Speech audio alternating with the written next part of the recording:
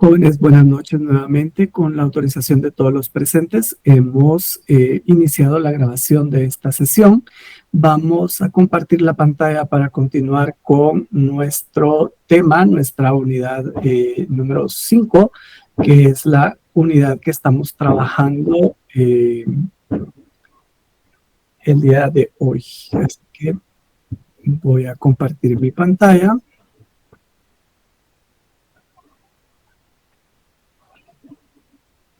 Creo que ya están viendo, ¿verdad? Sí,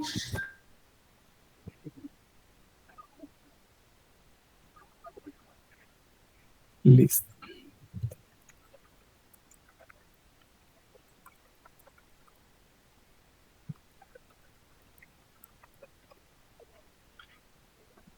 Bueno, en la clase anterior nosotros hablábamos con respecto a...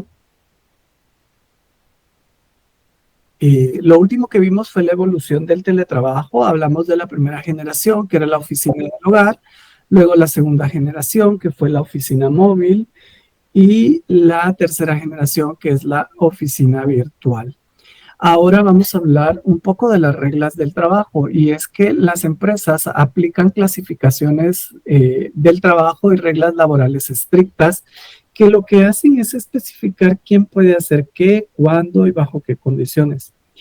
Esto, si bien es cierto, jóvenes, que es un tema que hemos visto en el curso de administración, cuando se definen estos puestos de trabajo, cuando se hace el perfil, qué tareas debe hacer, cuándo las debe hacer, cómo las debe hacer, en qué condiciones. Esto lo que busca de alguna manera es que todos podamos responder a esas tareas que nos han sido encomendadas y por las cuales nos han contratado. En el caso de administración de operaciones jóvenes, definitivamente es súper importante porque si bien es cierto que tenemos controles y tenemos definidos los procesos, esos procesos se tienen que llevar a cabo y se tienen que llevar a cabo por medio de las personas que los ejecutan. Y de esa cuenta es que nosotros tenemos que saber quién es el responsable de qué y cuándo y cómo se debe hacer. Es importante, jóvenes, que recordemos que el diseño del trabajo especifica las tareas que constituyen un trabajo para un individuo o también, para un grupo de individuos. Entonces, esas tareas que constituyen el trabajo de un individuo o de un grupo tienen que estar muy bien definidas y tienen que estar claramente especificadas para que podamos garantizar que se va a cumplir con cada una de ellas. Dentro de algunas consideraciones conductuales para el diseño de los puestos, podemos hablar de la especialización del trabajo, de la expansión del trabajo o el enriquecimiento, de los componentes psicológicos en el diseño del trabajo, de los equipos autodirigidos y de los sistemas de motivación e incentivación. Hablar de diseño de puestos jóvenes, como ya habíamos dicho, es una función de especificar las actividades laborales de un individuo o un grupo en un contexto organizacional.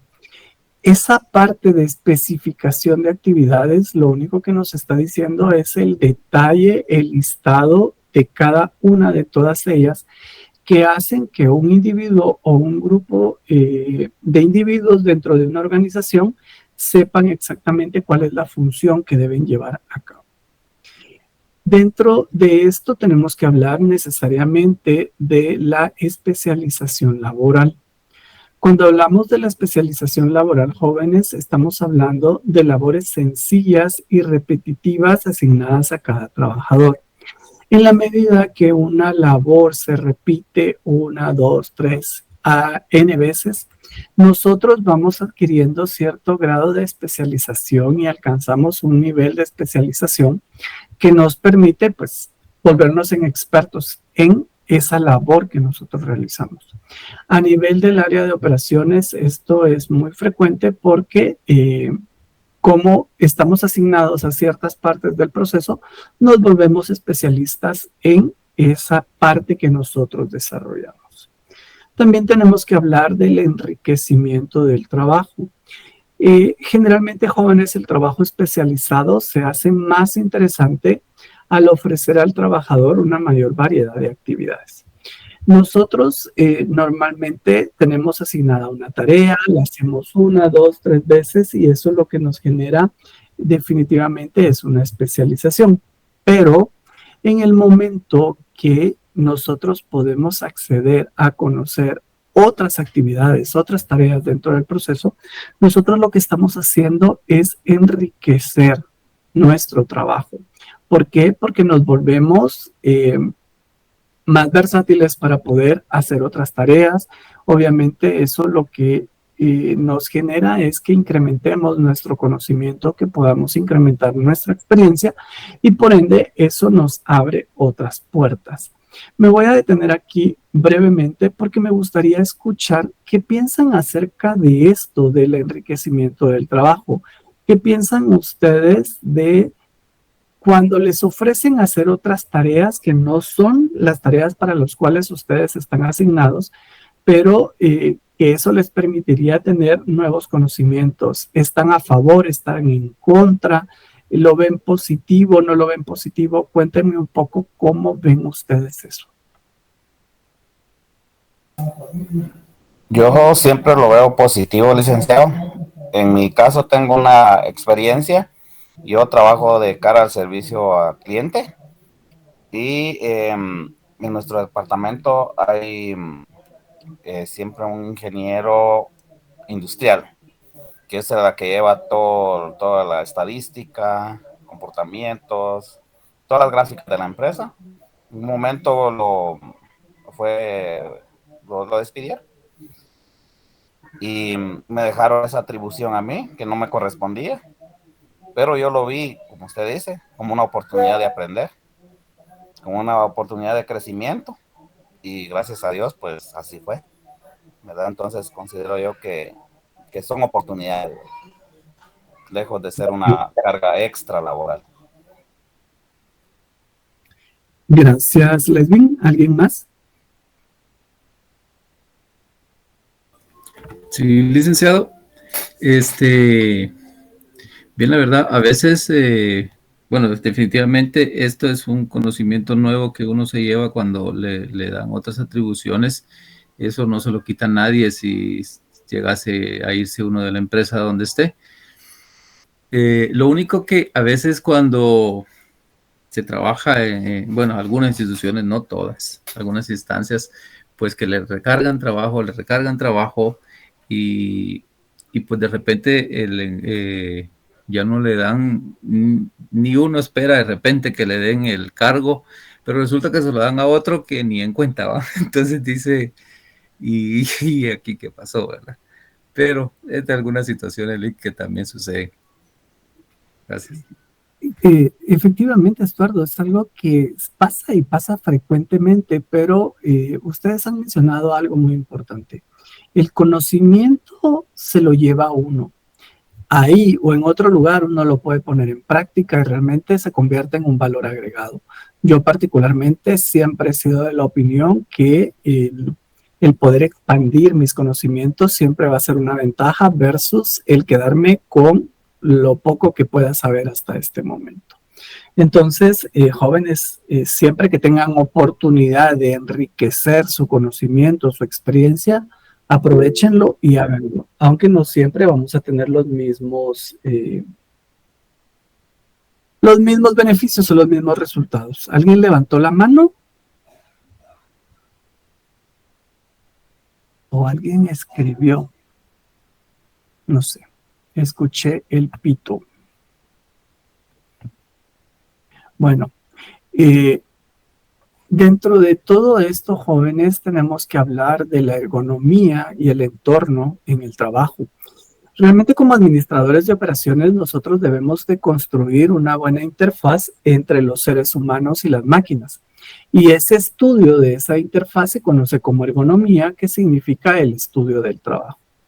Como administradores de operaciones, nosotros vamos a tener que estar muy pendientes de todo el personal que trabaja en nuestra área, no solamente a nivel administrativo, sino a nivel operativo también, para poder capacitarlos con respecto a la forma en la que se deben hacer los movimientos, en que se deben levantar los pesos. ¿Por qué? Porque realmente todo esto es de suma importancia para poder manejar y tener buenas condiciones en el trabajo y que, pues obviamente, los empleados tengan una buena salud. Esto está también relacionado con la altura de las mesas, las posiciones que se deben de tener para utilizar una máquina. Toda la parte de la ergonomía es un estudio muy, muy interesante que nosotros como administradores de operaciones tenemos que tener muy en cuenta para garantizar el bienestar de nuestros empleados. Algo muy interesante también y muy importante, jóvenes, que debemos de tomar en consideración es el entorno físico. Realmente cuando nosotros trabajamos, el desempeño de los empleados o el desempeño de nuestro trabajo está muy directamente relacionado con el entorno en el cual trabajamos. Esto puede hacer que podamos nosotros tener un mejor desempeño, que tengamos una mejor calidad de vida. Y algunos aspectos que están relacionados con el entorno físico, pues obviamente es como la iluminación, el ruido, la temperatura, la humedad, la calidad del aire. En cuanto a iluminación, pues definitivamente un ambiente que está adecuadamente iluminado nos va a permitir no esforzar nuestra vista como principio, luego nos va a dar un ambiente en el que nos vamos a sentir cómodos.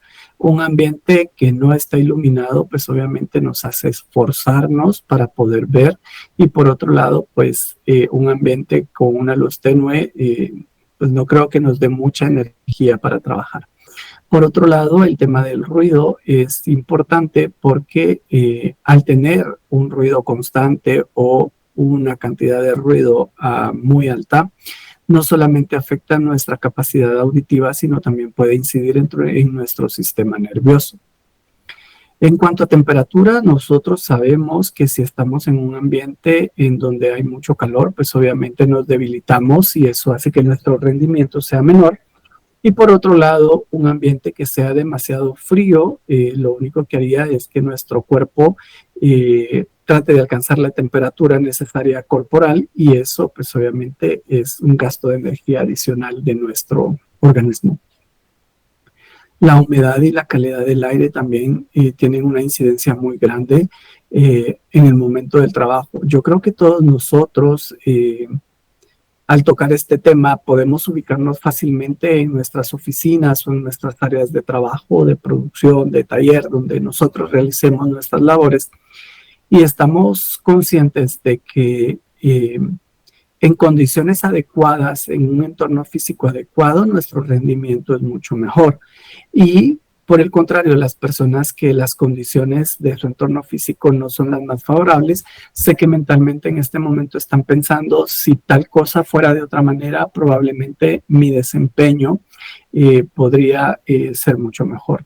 En todo caso, recuérdense que parte de la responsabilidad que nosotros tenemos como administradores de operaciones es garantizar la seguridad de nuestros empleados, y obviamente tenemos que garantizar también que tengan una calidad de vida en el trabajo, de tal suerte que esto no afecte a futuro la salud del empleado, ¿verdad? Entonces es importante que lo recordemos. También es importante, jóvenes, que dentro de nuestros sitios de trabajo, pues obviamente tengamos un sitio de trabajo visual. Realmente esto se usa con dispositivos visuales, de bajo costo, con los cuales nosotros podemos compartir información de manera rápida y precisa. Las pantallas y las gráficas bien diseñadas evitan la confusión y reemplazan las impresiones. Creo que todos hemos visto en los bancos, en algunas clínicas, en algunos laboratorios, en donde las pantallas sirven como guía de información, en donde nos están compartiendo información, y eso es sumamente importante porque pues evitan confusión. De hecho, ahora se me ocurre, los aeropuertos están llenos de pantallas en donde están informando las llegadas de los vuelos, las salidas de los vuelos, las ubicaciones de las puertas de salida, los horarios, si los vuelos están en tiempo, si están retrasados, si están cancelados. Y eso pues definitivamente evita muchas confusiones y facilita el desplazamiento, hablando específicamente de aeropuertos, que ahora se me vino a la mente ese ejemplo. Parte importante de nuestra unidad, y estamos llegando ya a la parte medular de este tema, es la medición y los estándares laborales. Cuando nosotros hablamos de administración de operaciones efectiva, nosotros requerimos estándares significativos que ayuden a la empresa a determinar lo siguiente.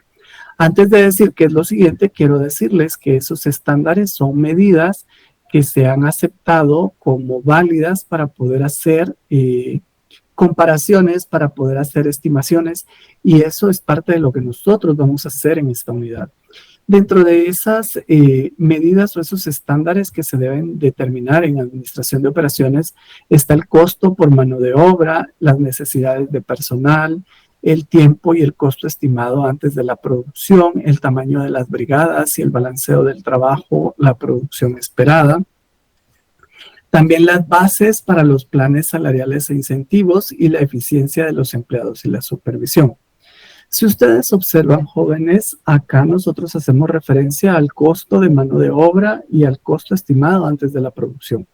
Si bien es cierto que el tema de costos es algo que lo ve el área de administración financiera, nosotros no somos ajenos a ellos y para tomar algunas decisiones debemos de conocerlo. De esa cuenta es que dentro de lo que nosotros mencionamos acá, vamos a hacer referencia a este tipo de costos y a esos estándares que nos van a permitir poder hacer referencia a ellos.